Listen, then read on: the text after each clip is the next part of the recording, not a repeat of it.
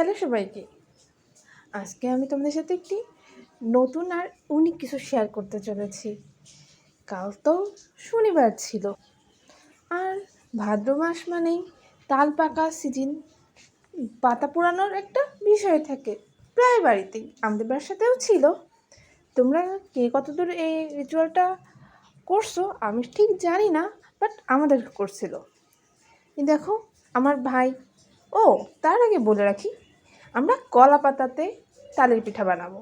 কলা পাতা বাবা কেটে আনছে, আমি ধুয়ে ঠুয়ে রেডি করে দিয়েছি, আর ভাই কেটে কেটে মার কাছে দিচ্ছে।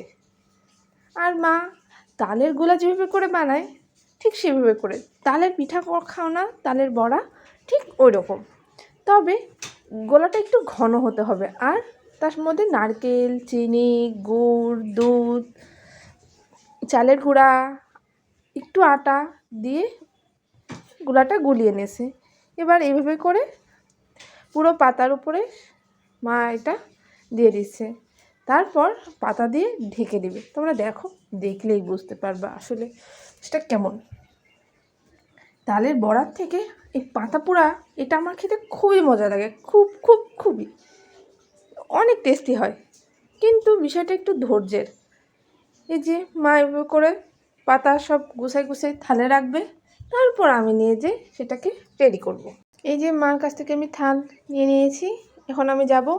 আমি আগেও করছিলাম, সেগুলো আমার ফুরিয়ে গিয়েছে। দেখো, এটা আমি বসিয়ে দিয়ে গিয়েছিলাম, এটা হয়ে গেছে। এটা এখন আমি নামাবো, এটা আমি একটা প্লেটে রাখবো। তোমরা চাইলে এটা আর একটু পোড়াইতে পারো, যে যেরকম পছন্দ করে। আসলে আমার বাবা একটু নরম নরমটা পছন্দ করে।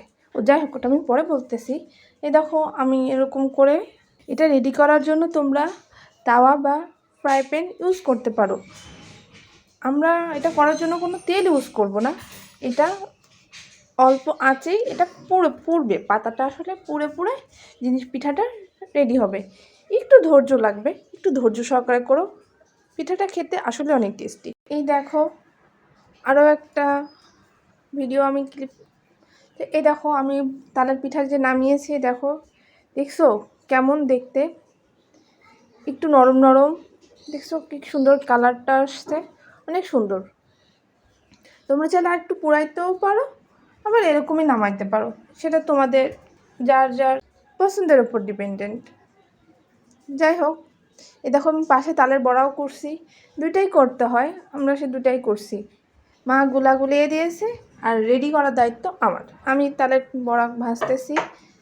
আমি ভালো পারি না, মানে গোল হয় না, মা যত গোল করে আমার একটু লম্বা হয়ে যায়, আমি এরকম টুপা করে ছাড়তে পারি না।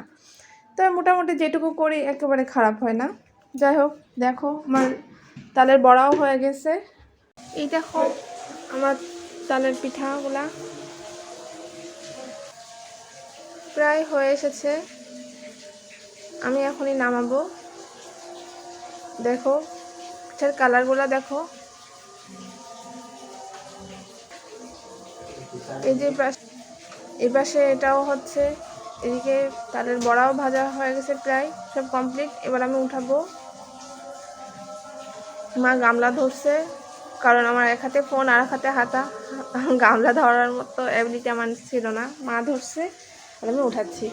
মা দুইবারই উঠাই ফেলে, আর আমি একটু করে উঠাচ্ছি। কী করবো বলো, আমার হাতে ধরে না এত কিছু, আমি উঠাইতে পারছিলাম না হাতের মধ্যে। দেখো হয়ে গেছে সব। এই যে তোমাদের এই পিঠার পাতা পুরানোটা ছাড়ানো দেখেছি, তোমাদের মনে হতে পারে এটা নোংরা, কিন্তু আসলে এটা নোংরা না। দেখো বেশি পড়েনি, পাতা কিছুই লেগে নাই পিঠার আসল গায়ে। এবার এই যে আমাদের 2 গামলা পিঠা, এবার আমরা এটা খাবো। ওকে ভিউয়ার্স, আজকের মতো এই পর্যন্ত। নেক্সট টাইম তোমাদের সাথে নতুন কোনো ব্লগ নিয়ে আসবো। ভালো থেকো, বাই বাই।